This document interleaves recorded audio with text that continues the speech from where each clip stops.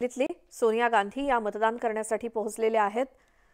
काँग्रेसच्या माजी अध्यक्षा सोनिया गांधी सोबत राहुल गांधी सुद्धा जे लोकसभेचे उमेदवार देखील आहेत आणि आज 6व्या टप्प्यात देशात दिल्लीमध्ये पूर्णच्या पूर्ण 7 लोकसभा मतदारसंघामध्ये आज मतदान होत आहे आणि सोनिया गांधी आणि राहुल गांधी हे दोघे जण मतदान करण्यासाठी आलेले आहेत मतदान केंद्रावरती।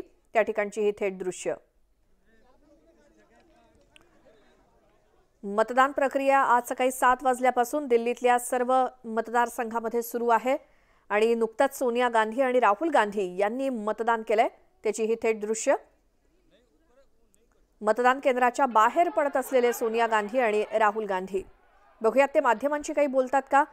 लोकसभा निवडणुकीसाठीचा 7वा टप्पा सुरू आहे आज आणि या 7व्या टप्प्यात दिल्लीमधील सर्वच्या सर्व 7ही जागांवरती आज मतदान होत आहे आणि राहुल गांधी यांनी सोनिया गांधी यांच्या सोबत एक सेल्फी देखील घेतलेला आहे या मतदान केंद्रावरती आणि हा सेल्फी घेतलाय मतदान झाल्यानंतर आणि आता हे दोघेही गाडीत बसून रवाना होतील।